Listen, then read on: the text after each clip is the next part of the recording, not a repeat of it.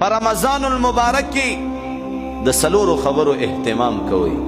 سلور کارونا محمد رسول الله فرمایي اولنی خبره لا اله الا الله ډیر ډیر وای.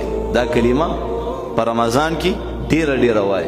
دویمه خبره استغفر الله ربي من كل ذنب واتوب الیه.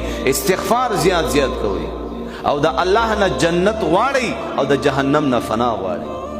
الله نا جنت غواړي او د جهنم نه فنا غواړي. الله رسول صلی الله علیه وسلم بخپل بستر غونډه کړه.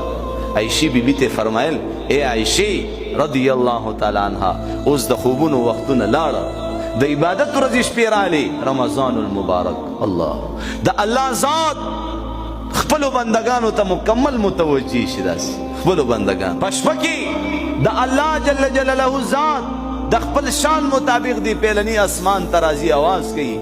سو غفتون کشتا سوک بخنه غفتون کشتا سوک حاجتمند شتا سوک پریشان حال شتا سوک بیمار شتا د چا کاروبار خراب وي داسې شتا چې ما نه وغواړي زه بخنه وکم ما نه وغواړي تمامې پریشانی ورته ختم کم.